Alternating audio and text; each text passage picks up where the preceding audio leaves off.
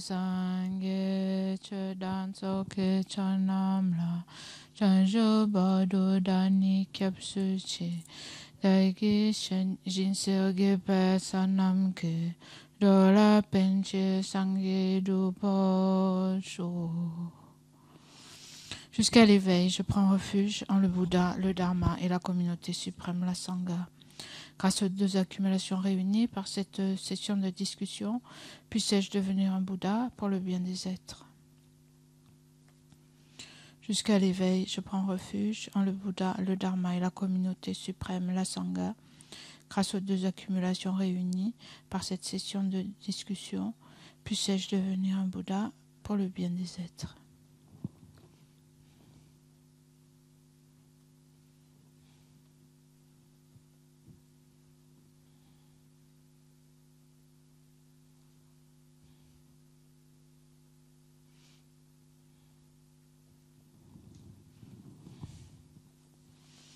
Bon,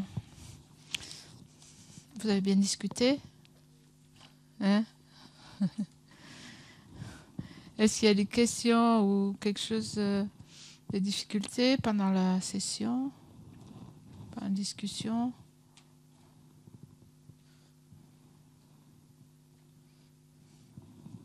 Ou des points que vous voulez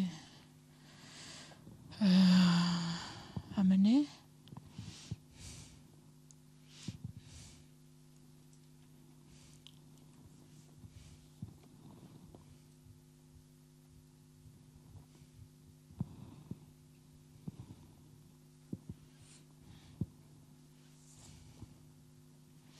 Donc moi j'ai aussi fait ma session de révision de l'enseignement.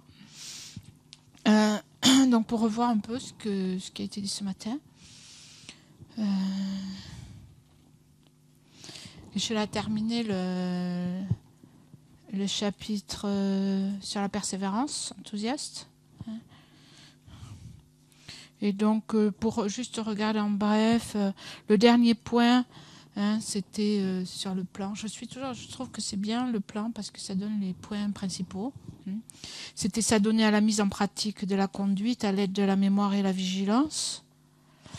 Et donc, et ça c'était l'avant-dernier. Et le dernier point, c'était prendre le contrôle de soi-même afin d'accomplir cette conduite.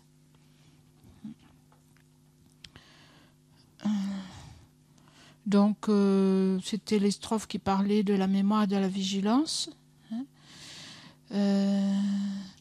Donc, se détourner des erreurs desquelles surviennent, s'efforcer aux actions justes, les strophes 71, 12 et 13. Et donc,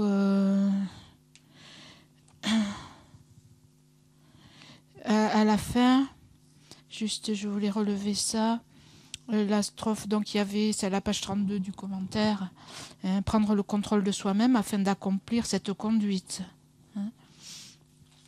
Donc la mise en œuvre de la persévérance. Et là, Geshe-la a mentionné, donc c'est les derniers, vraiment les deux dernières strophes. Grâce à l'extrême souplesse du corps et de l'esprit, je me lancerai avec aisance vers la vertu. Et ça, c'est la strophe 74. Et la dernière strophe, c'est associer le sens à l'exemple. Il y a un exemple, l'exemple qui est donné de la fleur de coton ballottée par le vent. Et donc qui exemplifie en fait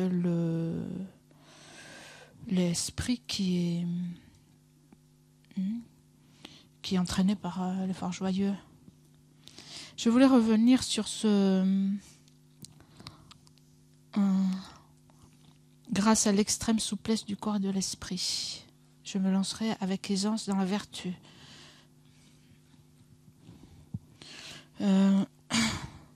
Donc il y a des termes comme ça, peut-être c'est pas toujours évident pour vous de les identifier. Il y a certains termes qu'on retrouve tout le temps, Donc cette extrême souplesse du corps et de l'esprit, c'est un facteur mental. Hein. Il y a beaucoup de ces mots, en fait, c'est des mots techniques. Et donc, quelquefois, ça peut être traduit différemment. Hein. Et donc, par exemple, celui-là, la souplesse. Hein. La souplesse, c'est en tibétain, c'est ce qu'on appelle Xinjiang. Hein. Xinjiang, ça veut dire entraînement. Xinjiang, quelquefois, c'est traduit par extreme training en anglais. Ça veut dire on est complètement entraîné. L'entraînement est terminé. L'entraînement se termine par la souplesse. Quand on est complètement entraîné à quelque chose, on a terminé l'entraînement, le résultat, c'est la souplesse du corps et de l'esprit. Et ce qui est traduit par souplesse, cette quelquefois maniabilité, c'est un facteur mental. Et je pense que ça fait partie des 11 facteurs mentaux vertueux. Vous vous rappelez, quand on a étudié les 51 facteurs mentaux dans l'Auric, hein, et dans beaucoup de ces facteurs, on les retrouve après dans les enseignements. Hein. Et donc ça, je pense que c'est un des facteurs vertueux. Donc Geshe l'a dit, grâce à l'extrême souplesse du corps et de l'esprit, on a l'aisance. L'esprit ne rechigne plus, il se plaît à agir dans la vertu. On a cette... vous savez, par exemple, quand on parle des antidotes à la paresse. Hein. Il y a combien d'antidotes à la paresse? Par exemple, quand on étudie le calme mental, hein, il y a 8 antidotes et 5 obstacles. 5 obstacles et 8 antidotes. Le premier obstacle, c'est la paresse. Donc, combien il y a d'antidotes pour la paresse? 4. Alors, c'est quoi les 4? Conscience, aspiration et confiance. Oui. Voilà. Oui. Non. Intention. Donc, les 4 antidotes à la paresse, donc c'est la foi ou confiance. Hein, la foi, confiance. L'aspiration. Après, qu'est-ce que tu as dit, Gisèle? L'effort et la souplesse. Oui, tu as raison. C'est ça. Donc, c'est la foi d'abord. Hein. La foi, il y a plusieurs types de foi. On dit qu'il y a 3 types de foi. Hein. Il y a la foi, d'abord la foi claire, qui est un peu la foi du débutant. Hein. Ce qui éclaire un peu l'esprit. C'est une disposition, hein, une attraction quelque part, hein, envers l'objet. La foi, ensuite il y a la foi qui est confiance, parce que c'est la foi qui est basée sur la raison, et donc la confiance, c'est un deuxième type de foi. Un troisième type de foi, c'est plutôt l'aspiration, justement. C'est la foi qui croit aux qualités, qui a confiance dans les qualités parce qu'elle est basée sur l'analyse, donc il y a la confiance. Et ce qui suit, la troisième type de foi, c'est ensuite l'émulation, vouloir soi-même atteindre ces qualités. Hein. C'est le troisième type de foi. Donc on peut dire aspiration. Donc confiance, à partir de la confiance, c'est-à-dire en connaissance de cause, c'est une foi qui est basée sur la raison, donc la confiance. Après il y a l'aspiration, c'est vouloir obtenir ces qualités. Et c'est l'aspiration qui permet l'effort, de s'engager dans l'effort. Hein. C'est parce qu'on veut atteindre ces qualités qu'on va être prêt à faire ce qu'il faut. Donc, c'est-à-dire engendrer l'énergie, l'enthousiasme, l'effort. Le résultat de l'effort, c'est la souplesse. Hein. C'est l'entraînement, on peut dire, oui. C'est l'entraînement, quelquefois on dit l'entraînement extrême, c'est la souplesse, la maniabilité. Hein.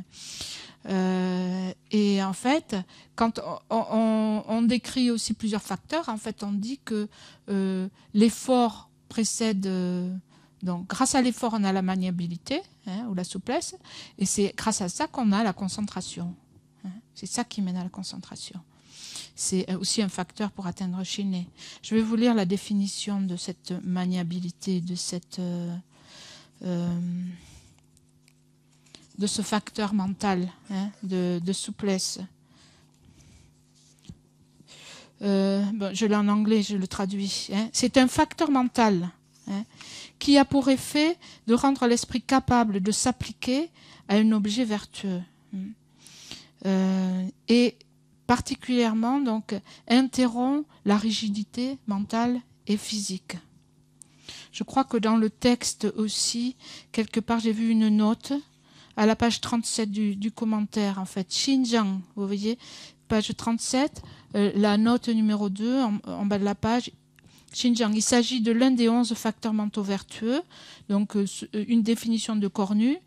La souplesse et la capacité d'appliquer l'esprit et le corps à la vertu en relâchant la rigidité. Sa fonction consiste à éliminer les tendances négatives et les blocages mentaux. Et donc cette souplesse ou cette maniabilité, elle permet d'appliquer l'esprit à la vertu en relâchant la rigidité. Donc, cette rigidité mentale et physique, c'est un état d'esprit, ou c'est un état soit physique, soit mental, où le corps et l'esprit sont inaptes, hein, et dans lequel on est incapable de faire ce qu'on veut. C'est des blocages, on peut dire, une certaine rigidité. Il y a aussi un terme technique en tibétain que l'on traduit quelquefois par les mauvaises dispositions, hein, des dispositions contraires.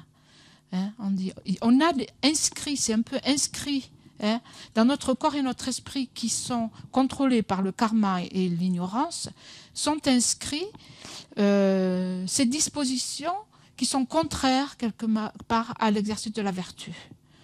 Peut-être une inertie, il y a quelque chose qui plombe. Hein. Donc je pense que c'est ça qui est traduit par rigidité. Hein. Quelquefois ça ne bouge pas. Hein. Et on est doté de ça, c'est un peu intégré, c'est dans le paquet. On pourrait dire c'est inné, mais c'est pas inné dans le sens où ça peut pas être changé, hein, mais ça vient avec. Hein. Et donc qu'est-ce qui va permettre, c'est vrai, essayer de méditer, tout ça, une lourdeur souvent, hein, c'est difficile de s'y mettre. Hein. Et donc avec l'effort vient la flexibilité, la maniabilité, c'est ce facteur qui provoque aussi la joie. Hein. Il y a une joie, une félicité physique et mentale. Quand on étudie Shiné, le calme mental, on le voit ça. Hein. Et donc, il y a ça vient de l'effort qui induit la maniabilité, c'est ce facteur-là. Hein. Et c'est ce dont on parle donc dans le texte, si je trouve, avec tous ces papiers, à la page, je ne l'ai plus, la page 34, je crois. Non, du commentaire. C'est quoi le vers? Vous l'avez à la page 34? Le verset 74. Page 39? 32? Ah voilà, je l'ai là, oui. Quoi qu'il advienne, avant toute action, afin d'être capable de tout accomplir, je me remémorerai les conseils sur l'autodiscipline, puis je m'y lancerai avec aisance. Je m'y lancerai avec aisance. Donc ça montre en fait la maniabilité, hein, qui permet, donc, qui efface toute cette rigidité qui empêche le corps et l'esprit de s'engager dans la vertu. Et donc la souplesse dépasse toute cette lourdeur, cette rigidité, et rend l'esprit très rapide et flexible. Et donc à partir de là, on peut utiliser le corps et l'esprit autant qu'on veut, avec joie. Hein, parce que cette rigidité, justement, est dépassée par ce facteur de maniabilité qui vient de l'application de l'effort. Donc c'est ce dont il parle ici.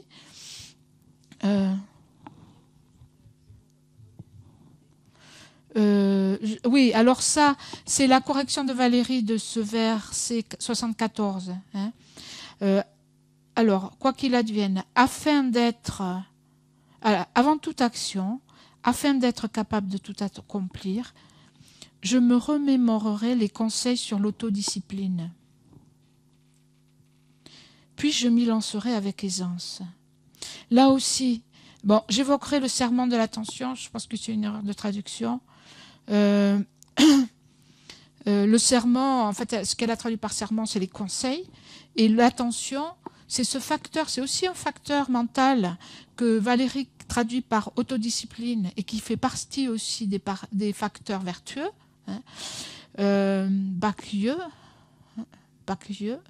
Bacquieu, c'est un peu la conscience morale. Hein. Geshe-la en a parlé aussi.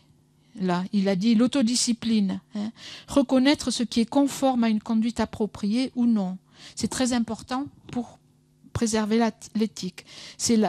Une fois qu'on a la base, cette base de bien ancrée, de Bacquieu, de conscientiousness en anglais, conscientiousness.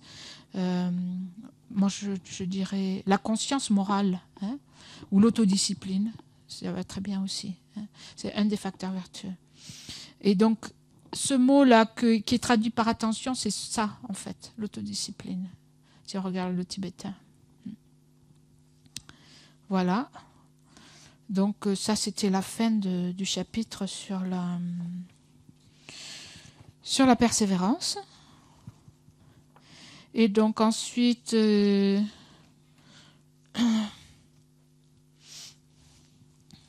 donc comme le vent porte le flocon du coton, hein, le coton qui est très léger, hein, grâce à la persévérance, le corps et l'esprit sont portés avec joie, avec élan vers les actions vertueuses. Hein. Donc grâce aussi à cette flexibilité, cette maniabilité qui rend le corps et l'esprit légers, hein, et joyeux. Donc ensuite, on est passé à... On a commencé le fameux chapitre 8 sur la concentration, hein, qui nous réserve des surprises. Hein. Donc, la concentration. Donc, de quelle concentration particulière s'agit-il au chapitre 8 ? La focalisation de l'esprit. Comment ? Samadhi. Vous en êtes venu où dans vos groupes ? C'était une question du groupe de discussion, hein ? Contrôle de l'esprit. Donc on parle de concentration. C'est de quelle concentration on parle ? La perfection de la concentration.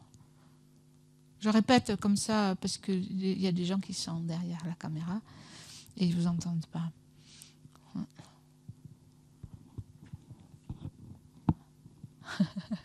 Alors je lis. Comment s'entraîner à la concentration relative au calme mental commun et non commun ? On parle du calme mental.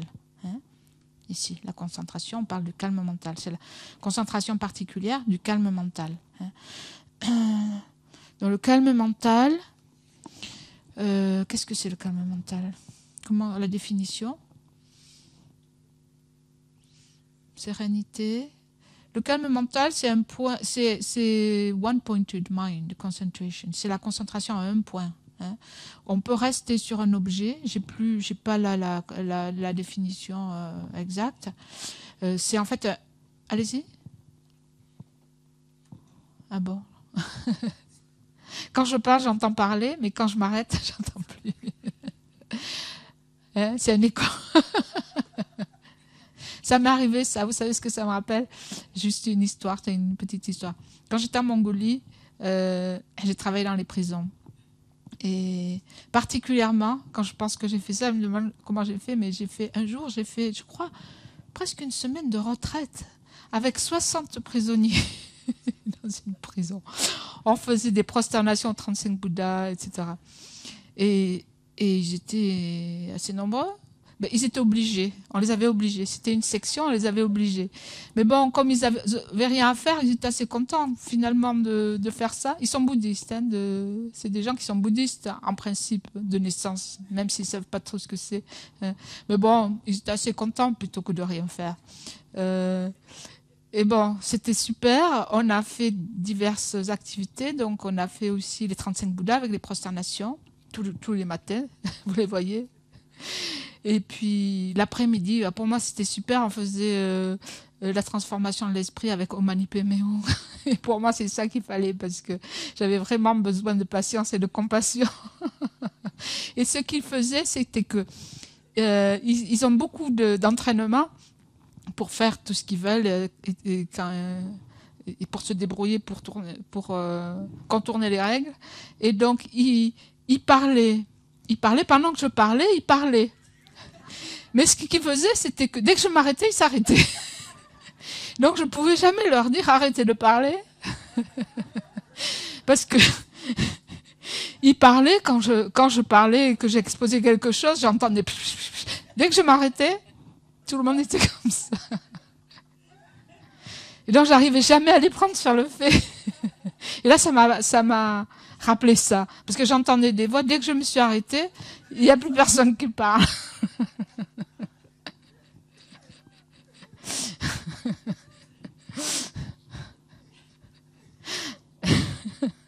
C'est les bons souvenirs. Bon. Et donc la question c'était, oui, le calme mental, c'est un esprit concentré à un point qui est capable en fait de rester sur un objet aussi longtemps que l'on désire. Hein. Et donc ça peut être des jours, des semaines, des mois. Hein. Le calme mental en fait, Shiné, le calme mental, l'esprit de calme mental, c'est un état d'esprit qui appartient en fait, qui appartient pas au monde du désir. Hein. Vous savez, on parle des 3 mondes. Hein. Donc là, il y a aussi une explication d'ailleurs. Les 3 sphères ou les 3 mondes du désir, de la forme et du sans forme. Hein. Le monde du désir, le monde de la forme et le monde du sans forme. Les 6 royaumes dont on parle d'habitude, hein, donc les enfers, les esprits affamés, les animaux, les êtres humains, les demi-dieux et le Dieu, font tous partie du monde du désir. Hein. Et après, il y a le monde de la forme, le monde du sans forme. Donc déjà, pour arriver à Shiné, on passe, c'est un état d'esprit du monde de la forme. C'est plus un état d'esprit du monde du désir. Et donc on comprend que quand on développe la concentration pour développer Shiné, quand on arrive à Shiné, hein, en fait on s'éloigne du monde du désir. Hein. Ça veut dire qu'on abandonne l'attachement. Hein. Qu'est-ce qui caractérise le monde du désir? C'est le désir, c'est l'attachement à tous les objets des sens. Hein. Tout ce qu'on voit, tout ce qu'on entend, sent, touche, goûte. Hein. On est mu par le désir pour ces objets. Hein. On est équipé pour. et donc, quand pour atteindre la concentration, c'est pour ça que le grand obstacle à Shiné, à la concentration, c'est l'attachement, hein, à tous ces objets. Et que quand on se libère de l'attachement, quand on a atteint Shiné, mais bon, Geshe l'a expliqué, on se libère de l'attachement temporairement. Hein. Grâce à la concentration, on se libère des perturbations manifestes. Hein. Mais on ne se libère pas complètement des perturbations. Hein. Juste des perturbations manifestes. Parce qu'évidemment, lorsque l'esprit est engagé dans un objet, est concentré, il n'y a rien d'autre qui se manifeste. Hein. Donc, il n'y a aucun autre objet qui se manifeste à l'esprit, et donc il n'y a pas lieu de produire les perturbations. Et en fait, avec la concentration, l'esprit s'absorbe dans l'objet. Et donc, les fonctions sensorielles ne marchent plus, ne fonctionnent plus temporairement.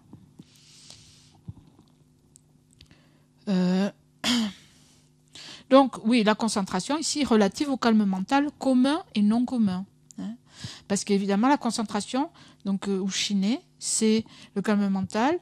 C'est commun. C'est commun, qu'est-ce que ça veut dire? Commun dans le monde, on le trouve dans le monde? Oui, particulièrement, on le trouve où? Hein? Dans le bouddhisme. Commun et non commun. Non commun, ça veut dire propre au bouddhisme. Commun, ça veut dire c'est partagé avec d'autres traditions. Hein. Quelle tradition? par exemple les hindous. Les hindous, ils pratiquent ces concentrations. Hein, et c'est le chemin, quelquefois on dit grâce à la concentration, on peut suivre un chemin mondain ou un chemin supramondain. Hein. Donc supramondain, ça veut dire qu'on développe la concentration pour se libérer du monde. Hein, et un chemin mondain, ça veut dire qu'on utilise la concentration pour monter tous les échelons.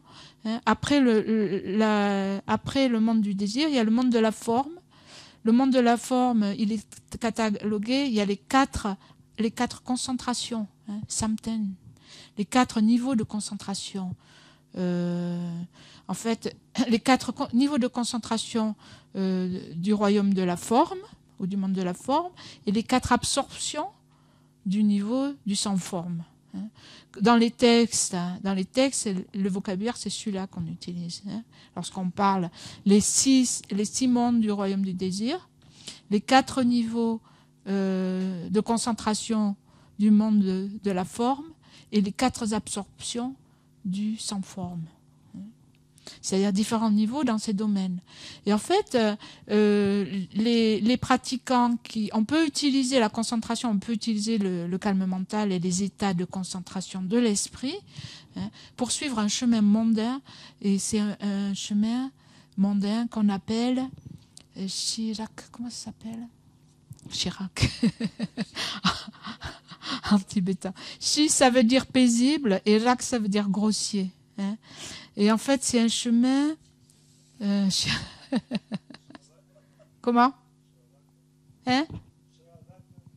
Shravaka. Oui, mais c'est pas ça. Non, c'est pas les Shravaka. C'est autre chose, les Shravaka. C'est comment on appelle ça? Je sais plus. Mais bon, je trouve plus le mot. Mais ce que ça veut dire, c'est que, en fait, on compare les niveaux inférieurs et les niveaux supérieurs. Hein, et en voyant, par exemple, que les niveaux supérieurs sont paisibles et que les niveaux inférieurs sont grossiers par rapport aux supérieurs, on abandonne les niveaux inférieurs pour atteindre un niveau plus paisible. Et une fois qu'on a atteint un niveau plus paisible, en fait, on compare. Et en comparaison, on voit que le niveau qui est supérieur à celui-là est plus paisible. Et donc, on abandonne le niveau où on est. Et comme ça, on arrive où?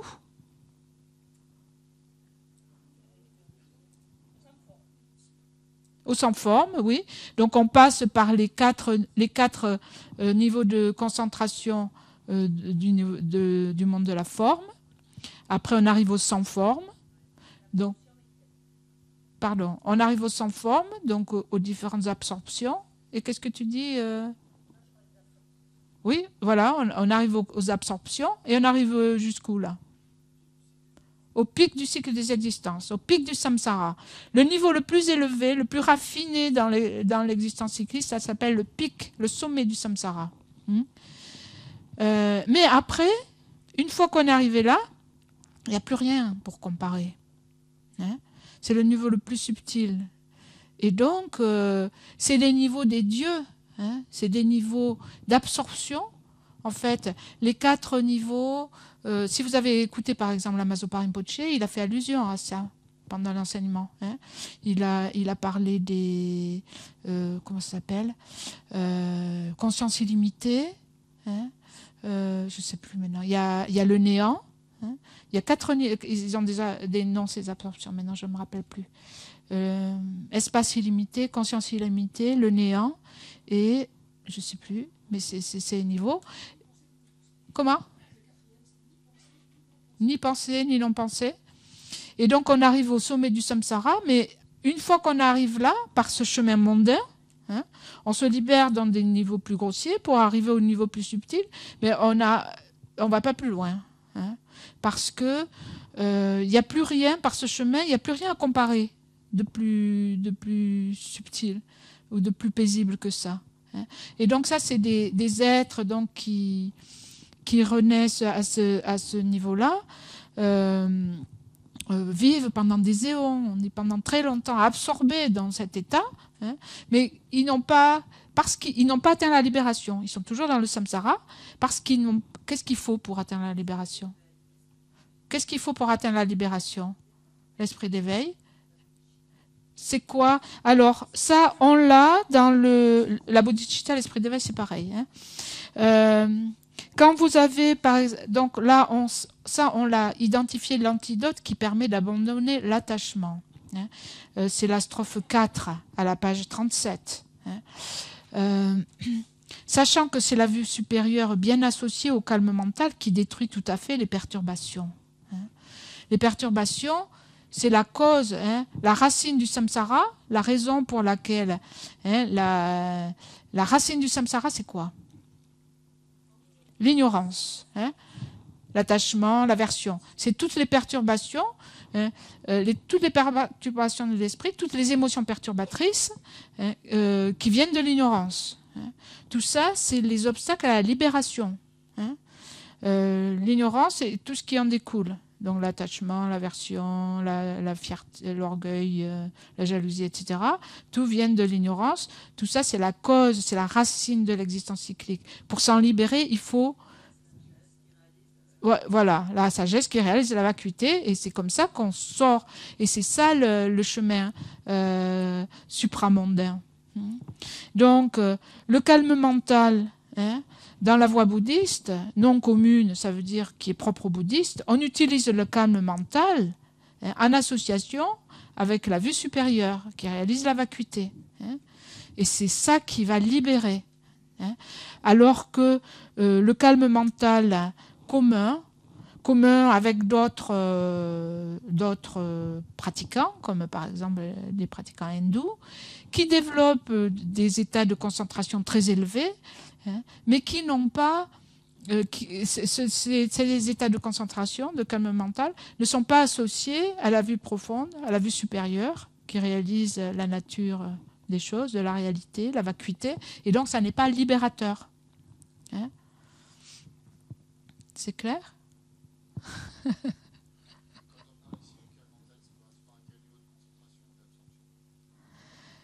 D'abord, le calme mental, c'est l'entrée. Le calme mental, bon, je ne sais plus, après, techniquement, c'est un petit peu difficile, mais le calme mental, si tu veux, c'est... à partir du calme mental, on arrive à la première concentration. On parle de ça. Oui. Oui, Gabriel? Est-ce que tu peux prendre le micro? Parce que les gens qui sont derrière, ils...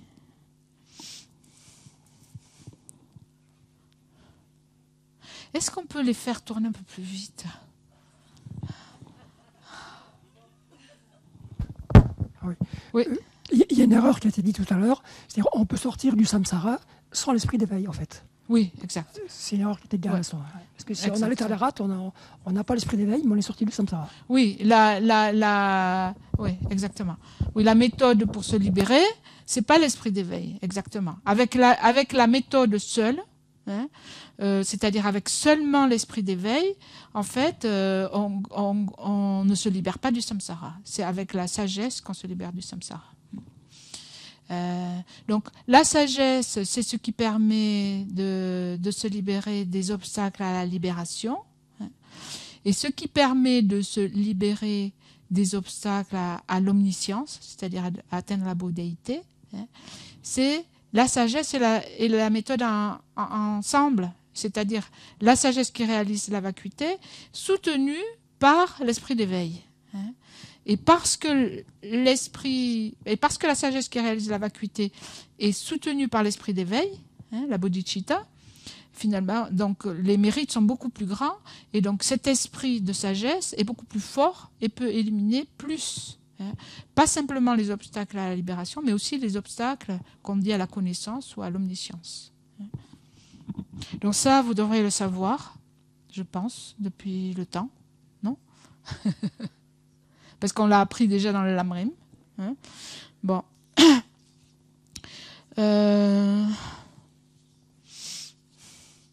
Donc, arriver à la concentration, le calme mental. Donc, il y a les instructions concernant la méditation sur la concentration, les strophes 1, 2, 3, 4, non, 1, 2. Et ensuite, on en vient... donc, les instructions concernant la méditation sur la concentration. ayant ainsi engendré l'enthousiasme persévérant. Je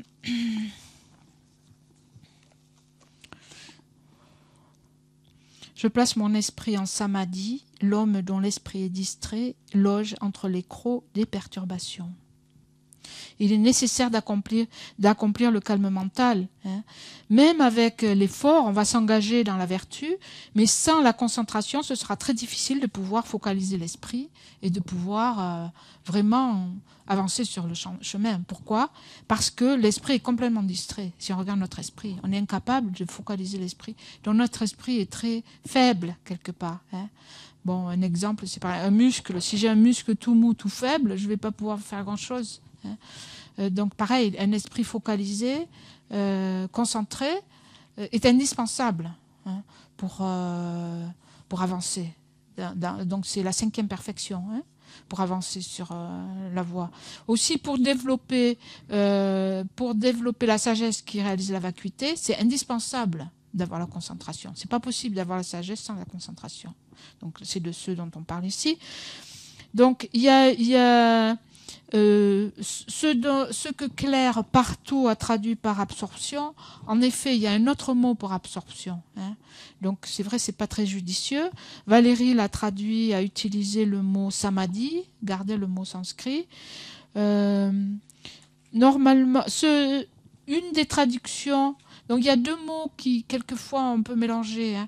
Tingezin, c'est donc le samadhi. Et samten, la concentration. Par exemple, les 4 niveaux de concentration du monde de la forme, c'est samten. Samten, ça veut dire en fait un esprit stable. Hein. Tempo, en tibétain, ça veut dire stabilité, donc concentration. Après, l'autre mot, là, samadhi, c'est un facteur mental, tingezin. Quelquefois, on a l'habitude de le traduire par concentration aussi, mais donc elle a gardé samadhi pour faire la différence. C'est un des facteurs mentaux. Hein. Je ne sais plus dans quelle catégorie. Peut-être la catégorie de ascertaining object qui délimite l'objet dans la catégorie des facteurs mentaux. Je pense qu'il y est, le samadhi. Donc, une des traductions aussi en anglais, c'est la stabilisation méditative. Valérie a parlé de focalisation. En fait, elle ne s'est pas encore déterminée sur le terme, parce qu'elle a peur qu'en prenant un mot, par exemple focalisation, après elle ait besoin du mot focalisation pour traduire quelque chose d'autre. Mais bon, on peut dire stabilisation. Ça m'a dit la stabilisation de l'esprit.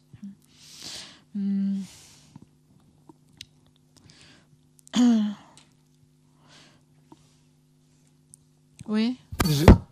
Je voulais dire quelque chose parce que le mot samadhi, il est utilisé un peu partout, donc c'est des étapes qu'on a déjà acquis sur le chemin.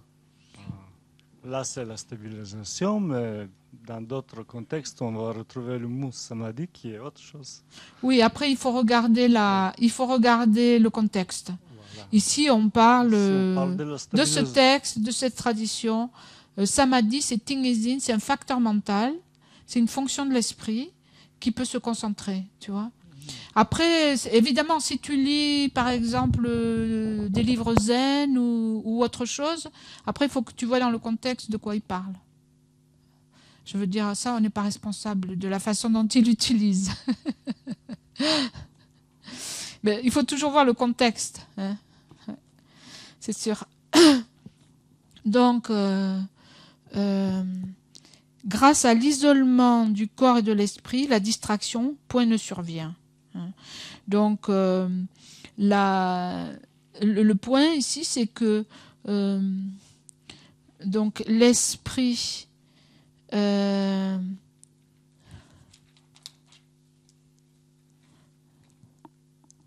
donc pour concentrer l'esprit, pour pratiquer la méditation en fait, hein, la concentration,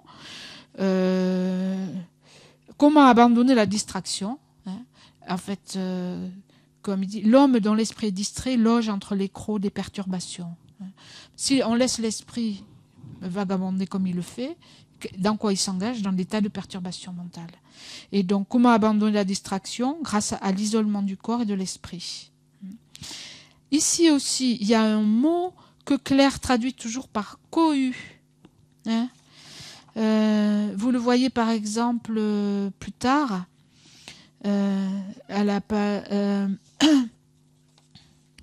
par exemple, donc il faut pratiquer l'isolement et abandonner les facteurs contraires au calme mental. Et par exemple, elle dit abandonner la cohue et autres.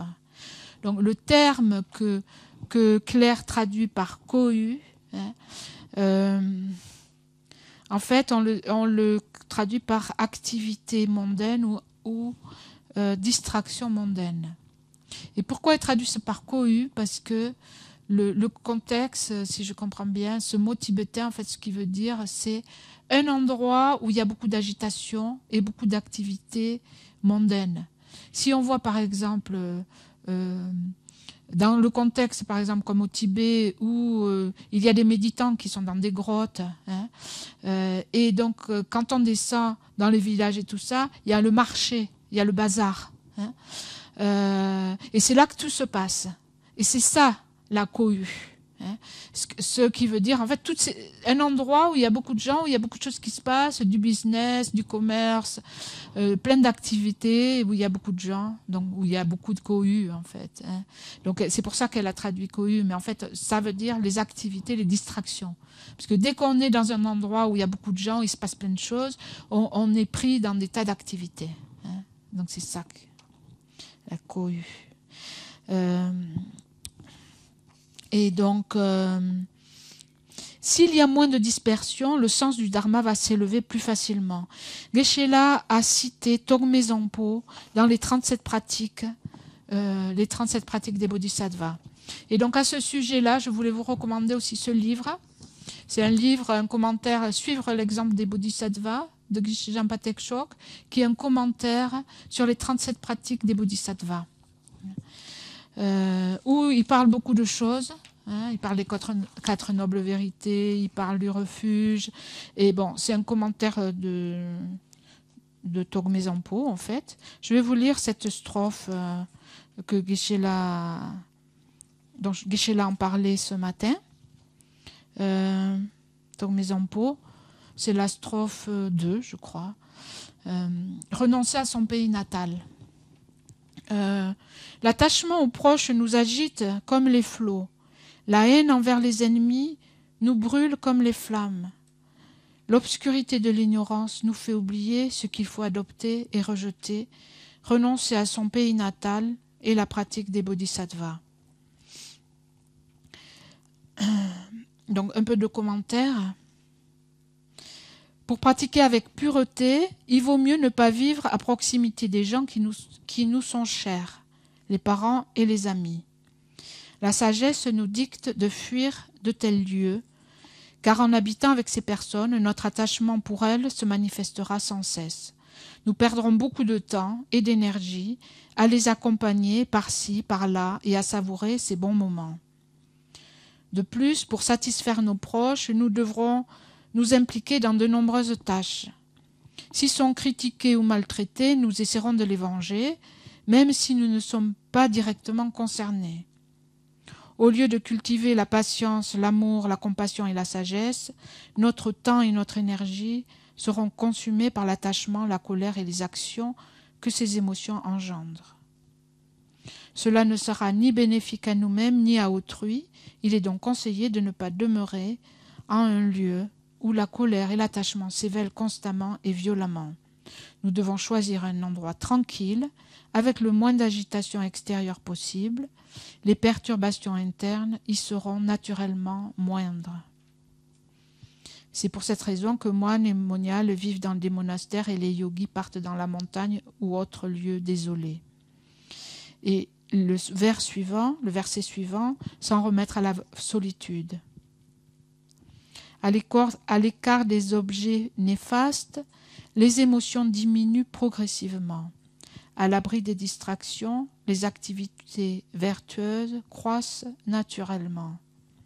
Et quand l'esprit est clair, la connaissance certaine de l'enseignement survient. S'en remettre à la solitude et la pratique des bodhisattvas. Donc c'est un peu ce qu'a dit Geshe-la ce matin. Il a dit aussi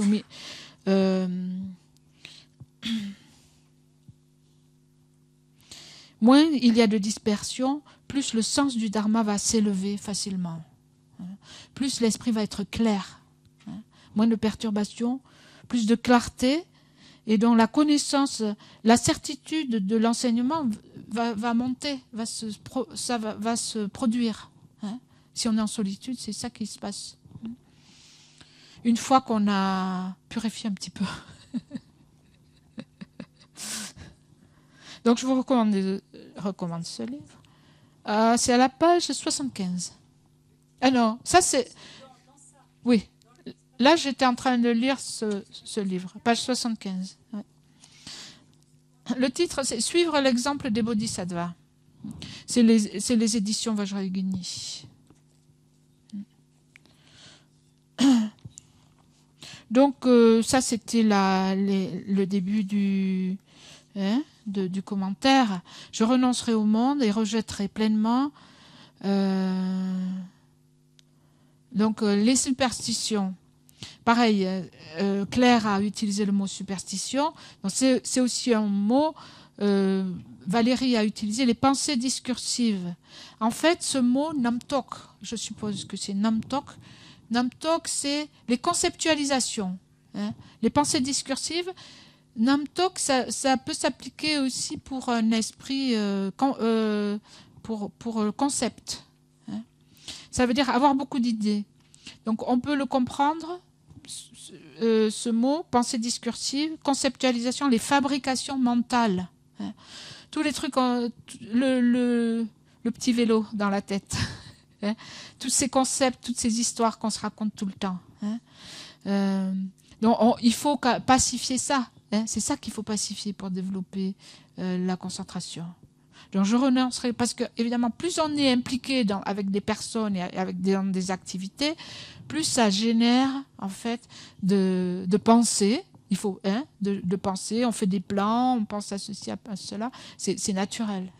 Donc on se désengage, on renonce au divertissement que procure l'association avec les amis, les relations, afin d'isoler l'esprit. Je rejetterai pleinement les superstitions, c'est-à-dire les fabrications mentales qui surimposent des qualités aux objets. Donc ça, c'était le premier grande ligne, les instructions concernant la méditation sur la concentration. Ensuite, le deuxième grand point qu'on va voir ici, c'est abandonner les facteurs contraires au calme mental. Abandonner les facteurs contraires au calme mental, en fait, il y a deux grandes divisions.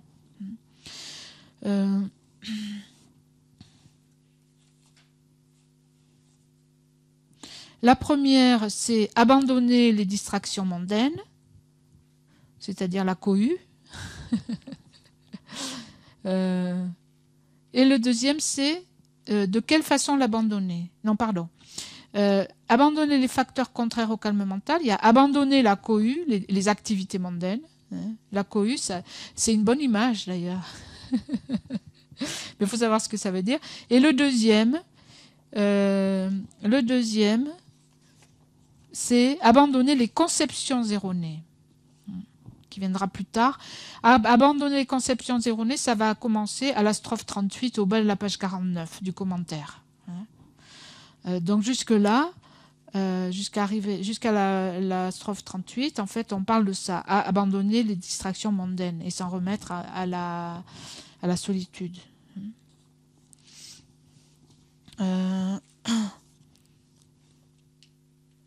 Donc, identifier la cause de l'attachement au monde et de quelle façon l'abandonner. Donc ça, on en est au verset, à la page 36. « Je ne renonce pas au monde par désir ou soif de gain et autres. Je ne renonce pas à la saisie du monde par un désir issu de l'appréhension du moi et du mien. » Abandonner les facteurs contraires. La cause de l'attachement au monde, c'est l'attachement, c'est le désir. On ne renonce pas à la saisie au monde avec le désir. C'est le contraire. J'abandonnerai c'est le contraire. C'est parce que il faut renoncer en fait au désir, à l'attachement. On ne peut pas atteindre le calme mental si on n'a pas détourné nos pensées de cette existence. Si. Donc il faut réduire l'attachement. C'est impossible de méditer, de développer la concentration. L'attachement, c'est l'obstacle numéro 1 à la concentration. Pourquoi ? Parce que donc cet attachement, c'est comme la soif, c'est le désir. Le désir, le désir, voyons si on continue. Le désir, la soif d'adhérer à ces objets. En fait, le désir ou l'attachement, c'est ce qui nous happe tout le temps, happe notre esprit, qui rend en fait le désir ou l'attachement, le synonyme, c'est l'insatisfaction. Par nature, cet attachement, c'est insatisfaction. C'est la base de l'insatisfaction.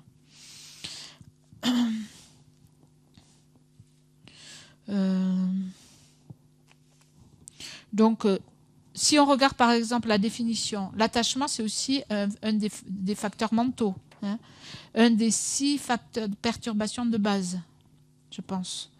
Là, je vais vous lire, ça vient du programme de Geshe Tashi, Fondement de la pensée bouddhique. Je pense que c'est le matériel qui vient aussi de Lorig, quand il décrit les facteurs mentaux. L'attachement, alors l'attachement,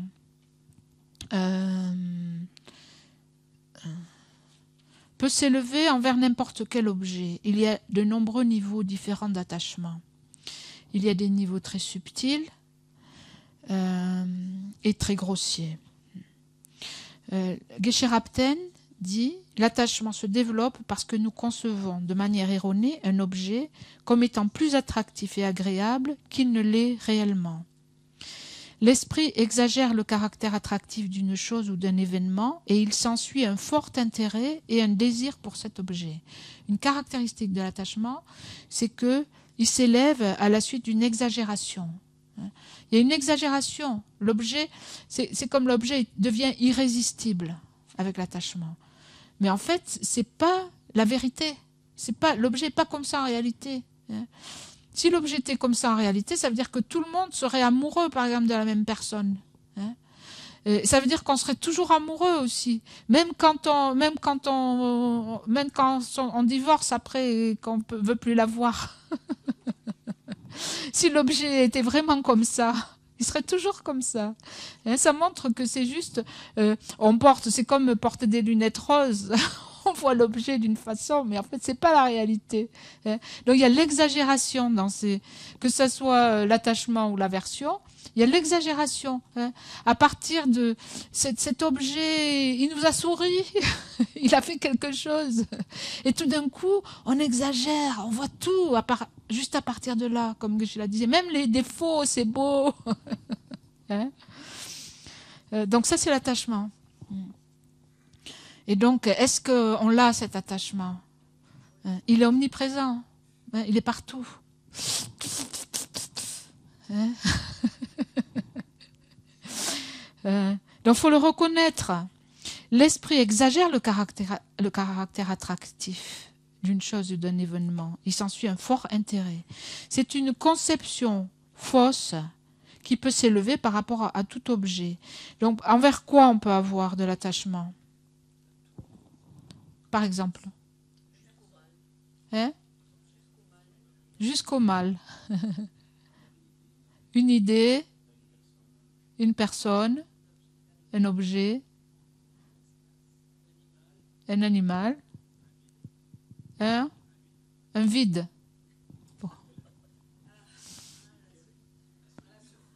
La solitude. La solitude, c'est différent du vide. À une situation, à soi-même,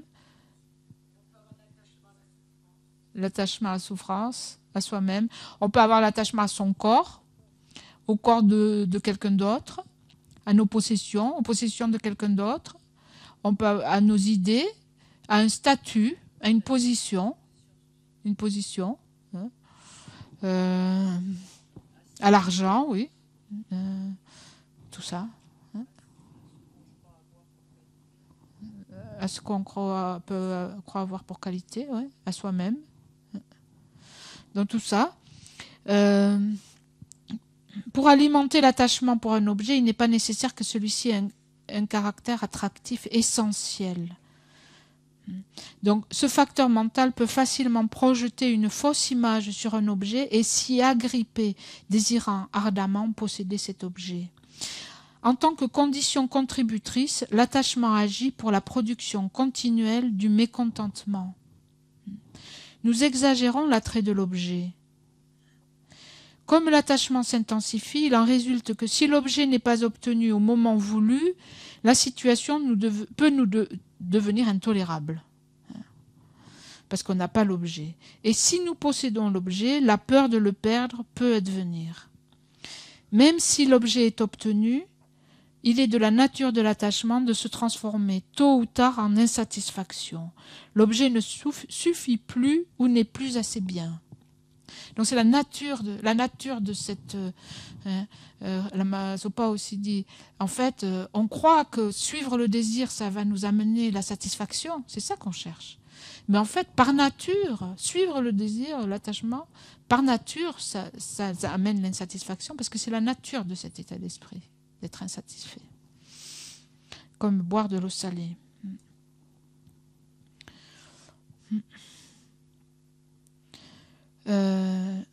Donc l'objet ne suffit plus ou n'est plus assez bien. Soit c'est ce qu'il advient, soit l'esprit développe de l'attachement pour autre chose.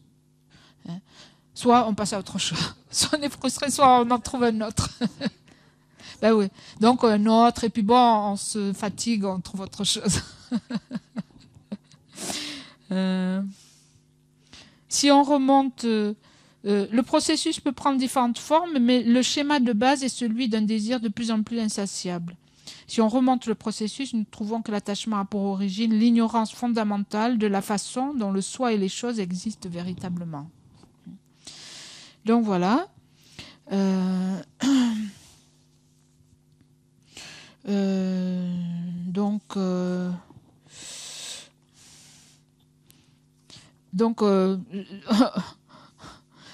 On en est là pour un certain temps dans le texte.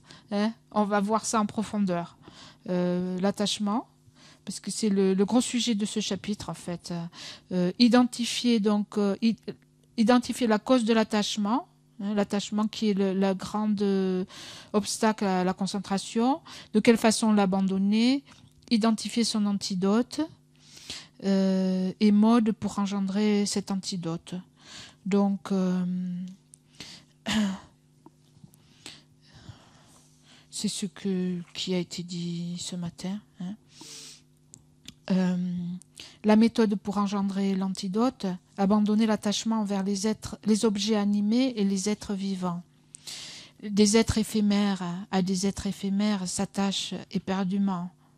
À cause de cela, pendant des milliers d'existences, ils ne reverront plus leur chair étendre.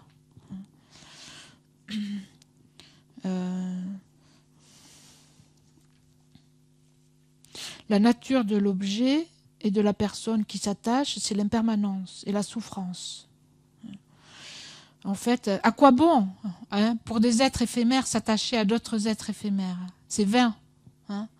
En plus, cet attachement qui est bâti sur des idées, hein, sur un objet qui n'existe pas. Hein.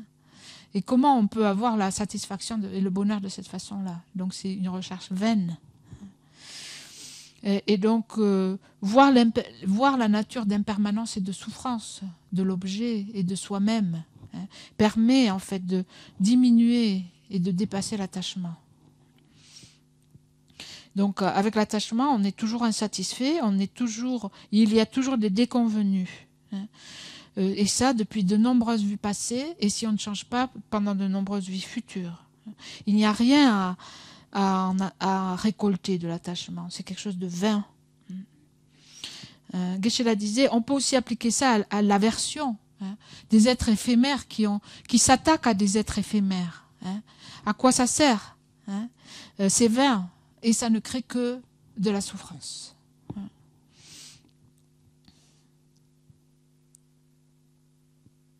Et donc c'est aussi une grande nuisance pour la méditation, parce que tant qu'on est en proie à ce genre d'état d'esprit, notre esprit va être automatiquement happé. Hein. Parce qu'évidemment, tant qu'on est sous l'emprise de l'attachement et du désir, on ne va pas être satisfait. On ne va pas être satisfait d'être assis et d'être concentré sur un objet. Ça va être mortel. Hein, c'est mortel. Au début, oui, ça va être excitant parce que c'est nouveau. Hein. Mais au bout d'un moment, on va s'ennuyer. De l'esprit, automatiquement, il va partir, il va penser. Hein. Vous avez l'expérience si vous avez médité un peu.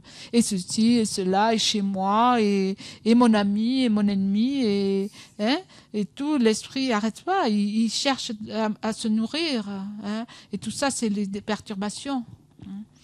Donc c'est impossible. C'est une grande nuisance. Hein. Et c'est une grande interférence pour le but ultime.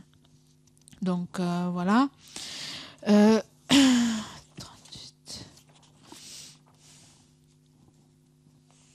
Donc si je porte de l'attachement aux êtres, je serai obscurci quant à la réalité, même mon désillusionnement sera détruit. Finalement, je serai tourmenté par la peine.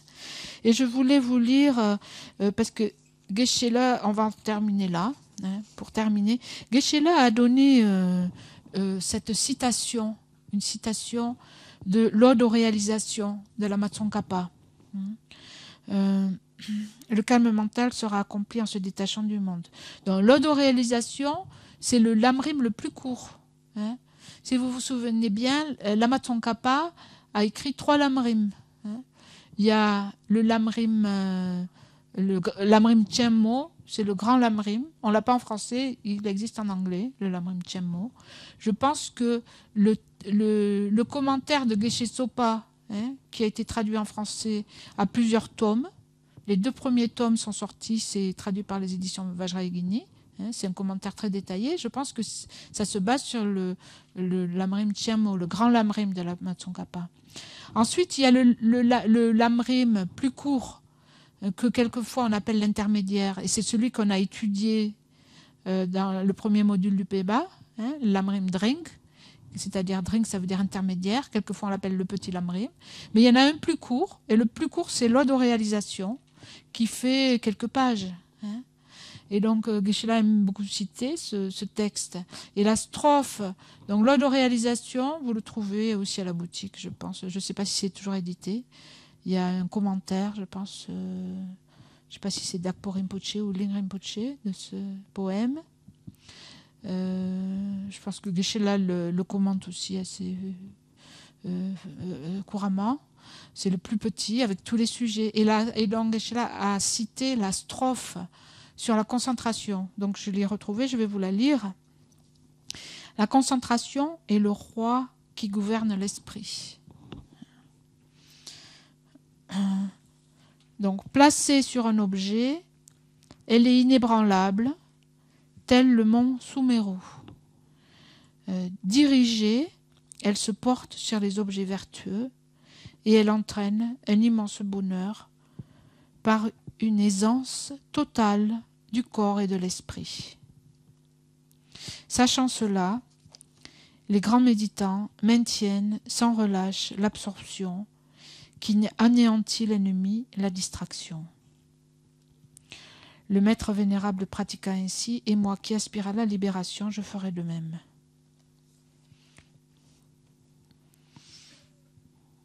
On peut en rester là pour aujourd'hui, merci. On va faire les dédicaces.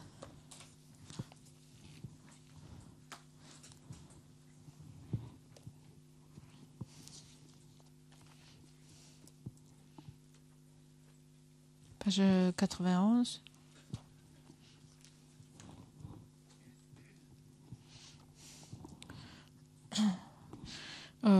Gewade nyodota lama sangye do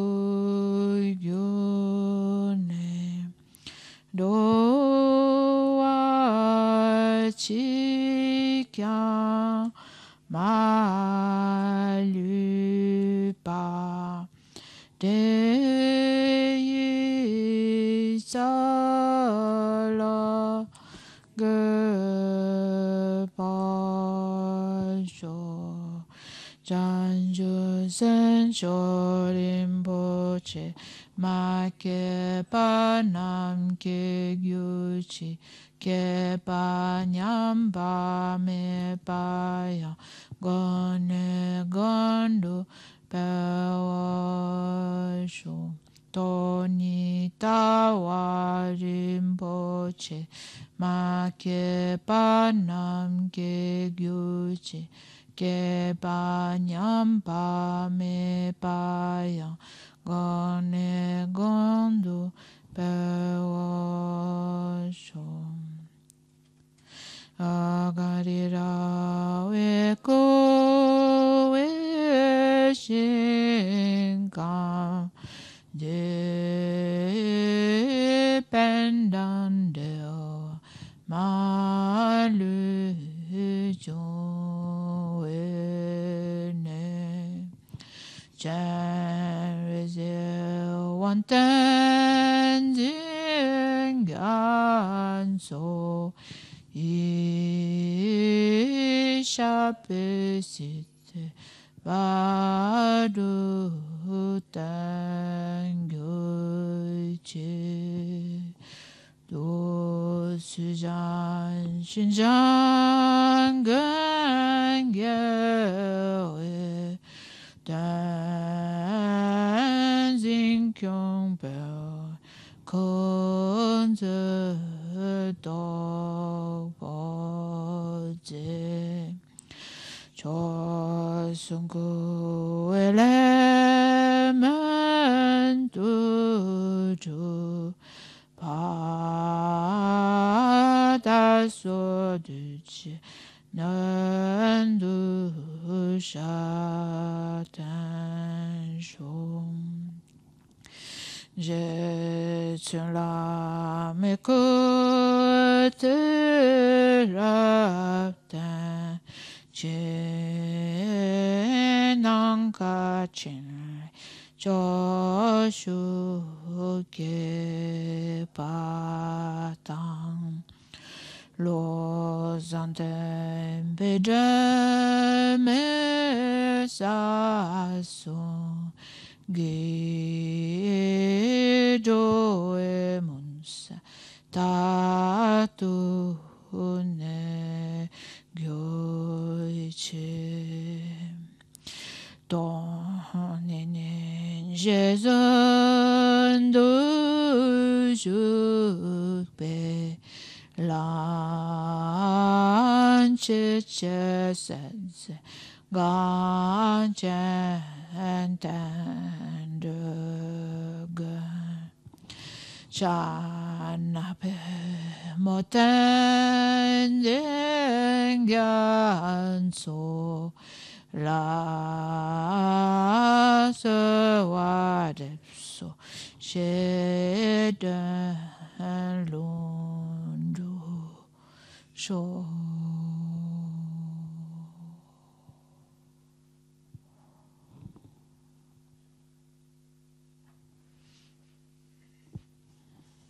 Merci. Donc demain matin, la vénérable Ngenga viendra pour le Jorshe à 7h et c'est elle qui guidera aussi la méditation à 9h, hein, qui guidera la méditation et qui fera un peu un exposé un peu théorique sur la méditation, différents types de méditation. Oui. Tu veux le filmer? Merci. Si tu veux, hein. Oui, on le dit. Donc, ce sera filmé demain matin. Ça sera retransmis, voilà. Ça sera retransmis sur Internet pour les personnes qui sont derrière la caméra à 9h. Merci et bonne soirée.